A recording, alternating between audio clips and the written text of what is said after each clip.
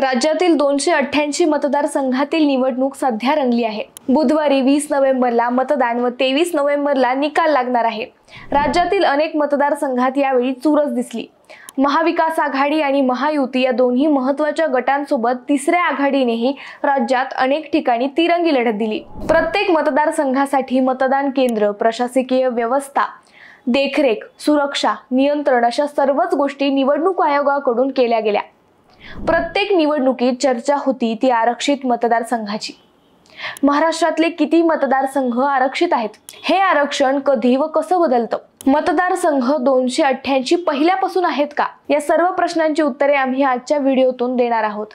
नमस्कार, मी अद्वैता आणि आपण पाहत आहात नगरी राजकारणाचं परफेक्ट अनालिसिस। राज्यातील 288 मतदारसंघासाठी येत्या 20 नोव्हेंबरला मतदान होणार आहे। 2 दिवस गॅप घेऊन निवडणूक आयोगाने 23 नोव्हेंबरला मतमोजणी करण्याचे नियोजन केले आहे। म्हणजे 23 तारखेला महाराष्ट्रात कुणाची सत्ता येईल हे चित्र स्पष्ट होईल। त्यानंतर आठवडाभरात मुख्यमंत्री कोण, मंत्रिमंडळात कुणाला संधी मिळाली वगैरे वगैरे प्रश्नांची उत्तरेही मिळतील। राज्यात कित्येक मतदारसंघात 8 ते 10 उमेदवारांनी निवडणूक लढवली। म्हणजेच महाराष्ट्र विधानसभा निवडणुकीत 288 मतदारसंघात जवळपास 1,500च्या आसपास उमेदवार रिंगणात होते। पण महाराष्ट्रात सुरुवातीपासून 288 मतदारसंघ होते का? तर नाही। मतदारसंघांची संख्या ही टप्प्याटप्प्याने वाढत गेली। स्वतंत्र महाराष्ट्राच्या निर्मितीनंतर पहिली निवडणूक ही 1962 साली झाली। त्यापूर्वी होता मुंबई प्रांत। याच मुंबई प्रांताच्या निवडणुका 1957 साली झाल्या। तेव्हाच्या मुंबई प्रांतात महाराष्ट्रासह गुजरातचाही मोठा भाग होता। ही पहिली निवडणूक झाली 264 जागांसाठी। या पहिल्या निवडणुकीत 264 पैकी 135 जागा जिंकून काँग्रेसने मुंबई प्रांताची सत्ता मिळवली होती। त्यानंतर स्वतंत्र महाराष्ट्राची निर्मिती झाल्यानंतर राज्यात 1962 साली पहिल्या निवडणुका पार पडल्या। स्वतंत्र महाराष्ट्राच्या पहिल्या निवडणुकाही 264 मतदारसंघामध्ये झाल्या। हे मतदारसंघ मुंबई, विदर्भ, मराठवाडा आणि पश्चिम महाराष्ट्र अशा 4 विभागांमध्ये विभागण्यात आले होते। या निवडणुकीत काँग्रेसनं 264 पैकी 215 जागा जिंकून दणदणीत विजय मिळवला। त्यानंतर 1967 साली झालेल्या विधानसभा निवडणुकीत मतदारसंघांची संख्या 264 वरून 270 वर गेली। म्हणजेच त्या वर्षी 6 मतदारसंघ वाढले। 1972 साली झालेल्या निवडणुकांमध्ये मतदारसंघाची ही संख्या कायम राहिली। 1971 साली महाराष्ट्रात जनगणना झाली। त्यामुळे पुढच्या वर्षी म्हणजेच 1972 सालच्या निवडणुकीत मतदारसंघ पुनर्रचना होणं अपेक्षित होतं, पण तसं केलं गेलं नाही। नव्या जनगणनेनुसार 1973 साली मतदारसंघ पुनर्रचना करण्यात आली। त्यानुसार महाराष्ट्रातील मतदारसंघांची संख्या 288 झाली।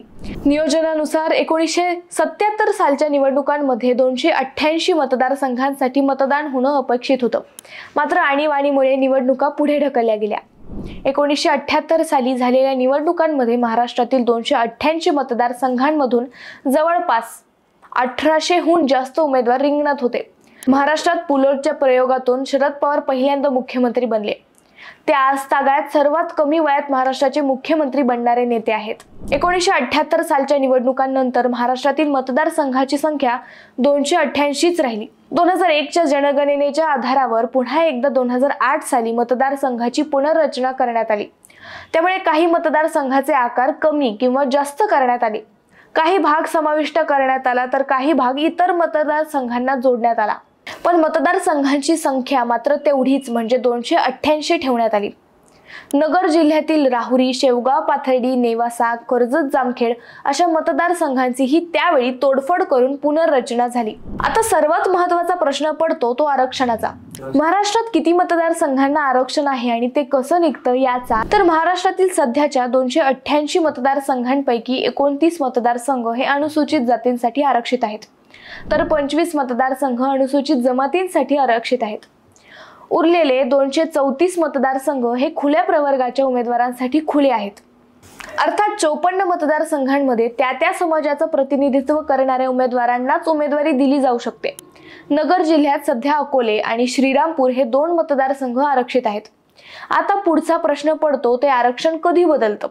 आता 2026 मध्ये देशभरात मतदारसंघांची पुनर्रचना होणार आहे। त्याच वेळी देशाच्या संसदेनं नुकतंच महिलांना 33% आरक्षणाचं विधेयक मंजूर केलं आहे। त्यामुळे यापुढच्या म्हणजे 2029 साली होणाऱ्या निवडणुका या नव्या मतदारसंघामध्ये होण्याची शक्यता आहे। तसेच या मतदारसंघामध्ये अनुसूचित जाती व अनुसूचित जमातींबरोबरच महिलांसाठीचं आरक्षण देखील लागू असेल। म्हणजेच पुढच्या पंचवार्षिकला नगरमधून किमान 4-5 महिला आमदार दिसतील असंही बोललं जात आहे। तुम्हाला हा विषय कसा वाटला हे आम्हाला कमेंट करून नक्की कळवा। शिवाय व्हिडिओ आवडला असेल तर चॅनलला सबस्क्राईब करून व्हिडिओला लाईक करायला विसरू नका। पुन्हा भेटू नव्या विषयावर, तोपर्यंत धन्यवाद।